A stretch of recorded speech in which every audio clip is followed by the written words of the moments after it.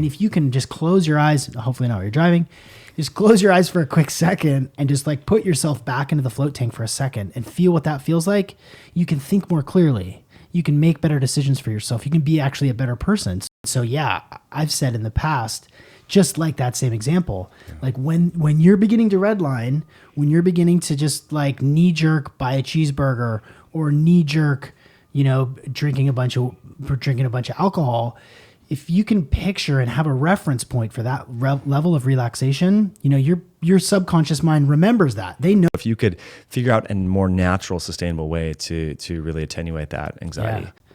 Like it's the closest thing. It's the most accessible thing for you. So on your way and your commute home, instead of turning right to go into a fast food place, you can first and foremost just breathe. Like take whether you want to do a box breath or a 4-7-8 breath. Like there's lots of different ways to just bring yourself back down when you're in that crux moment. Like, I'm about to make a bad decision. Am I going to do it or am I not going to do it?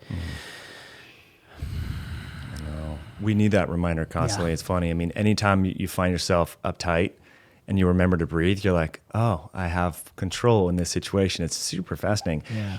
And a lot of people, have you dove into the cholinergic anti-inflammatory reflex axis? It's kind of a complex system, but a lot of people don't realize that they're inflamed. So they're stressed and they don't realize why they're inflamed. And so there's this intricate kind of network with our stress response and our this anti-inflammatory reflex arc that's connected to your spleen. It has to do with Chinese medicine and all this, but it's really kind of characterized through Western allopathic medicine.